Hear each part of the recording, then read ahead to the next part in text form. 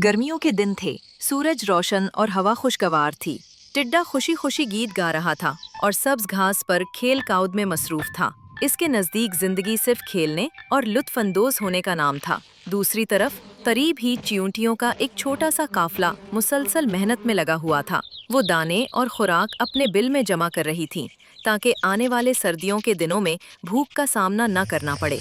टिड्डे ने कई बार चींटियों का मजाक उड़ाया और कहा, तुम लोग खेलने के बजाय सारा वक्त मेहनत करती हो, आखिर उसका फायदा क्या है?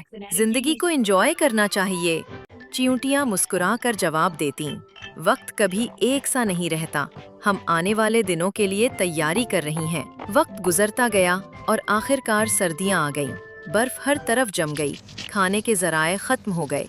अब टिड्डा भूखा और परेशान था, उसके पास कुछ भी खाने को नहीं था। वो चींटियों के बिल के पास गया और रहम की दरखास्त की। चींटियों ने कहा, अगर तुमने गर्मियों में मेहनत की होती तो आज भूखे ना होते। सबक, मेहनत कभी जाया नहीं जाती। आज की मेहनत कल के सुकून की जमानत है।